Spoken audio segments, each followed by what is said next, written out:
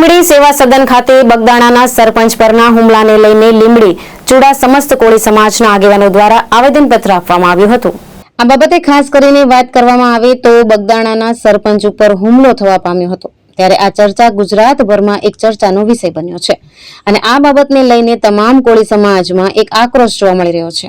ત્યારે આ આક્રોશ એટલા માટે જોવા મળી રહ્યો છે કે જે મુખ્ય આરોપી છે તેનું નામ જ નથી।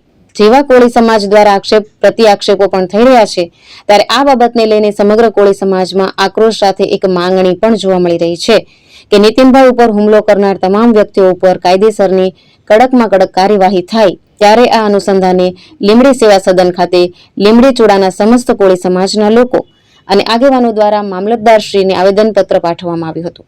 ત્યારે આ સમય દરમિયાન નીતિનભાઈ ઉપર હુમલો કરનાર વિરુદ્ધમાં સૂત્રોચ્ચાર પણ કરવામાં આવ્યા હતા। ત્યારે ક્યાંક ને ક્યાંક ચર્ચાનો એ પણ વિષય બન્યો છે નીતિનભાઈના સપોર્ટ માટે એટલે કે ન્યાય મળે તે માટે કોળી સમાજના ગુજરાતના સરપંચો સહિત ધારાસભ્યો અને સાંસદો પણ એક બની સપોર્ટ માટે ખડે પગે જોવા મળી રહ્યા છે।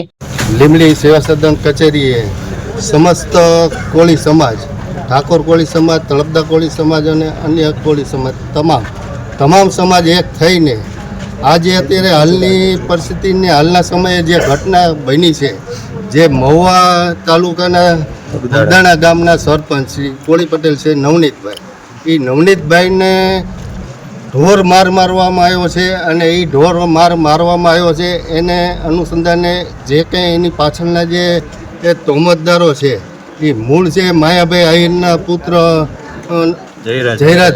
જયરાજભાઈના કહેવાથી અમુક લોકો આવી અને નવનીતભાઈને જે ઢોર માર્યો છે એના અનુસંધાને સમસ્ત સમાજ નવનીતભાઈની સાથે છે અને નવનીતભાઈ તરફે અમે ન્યાયની માગણી કરી છે।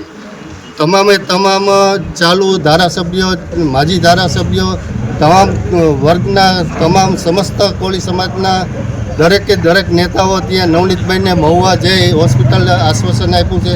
નવનીતભાઈની સાથે અમો સમસ્ત સમાજ એમની સાથે છે અને એમને નવનીતભાઈને જે અન્યાય થયો છે એ અન્યાય માટે અમે ન્યાયની માગણી કરી છે। એના માટેનો પડઘો ગુજરાત ગવર્મેન્ટમાં પણ પડ્યો છે। ગુજરાત ગવર્મેન્ટે સીટની રચના કરી છે અને જૂના જે કંઈ અધિકારીએ ખોટી ફરિયાદ લીધી, ખોટા નિવેદનો કર્યા, એને અનુસંધાને એમને છૂટા પણ કરી દીધા છે પણ અને નવી સીટની રચના કરી છે। પણ અમારી એવી માગણી છે સમસ્ત સમાજની કે સીટની રચના કરી ભલે હોય પણ તટસ્થ સીટની રચના થાય અને જે ખરેખર તોહમતદાર છે એ તોહમતદારનું નામ બહાર આવવું જોઈએ અને એને કાયદેસરની કાર્યવાહી એના ઉપર થવી જોઈએ એવી માગણી સાથે સમસ્ત સમાજે ઉપસ્થિત થઈ આજે લીમડી સેવા સદન કચેરીએ અમે આવેદનપત્ર આપ્યું છે। આવેદનપત્રમાં 52 ગામના પટેલ, તેજાભાઈ પટેલ, દિલાભાઈ ઠાકોર સમાજના એમ સમગ્ર લીમડી ચુડા બંને તાલુકાના કોળી પટેલ સમાજ અહીંયા ભેગો થયો છે અને અમે આવેદનપત્ર સાહેબને આપ્યું છે। આગામી સમયમાં ન્યાય નહીં મળે શું કરશો? ગાંધી ચિંધ્યા માદે અમે તમામ જે કંઈ પગલાં લેવા પડે એ આખો સમાજ બેઠો છે અને સમાજ જે કંઈ નક્કી કરે એ પ્રમાણે અમે આગળ વધશું। મહેશ ઉતેરિયા, દ્રષ્ટિકોણ ન્યૂઝ, સુરેન્દ્રનગર।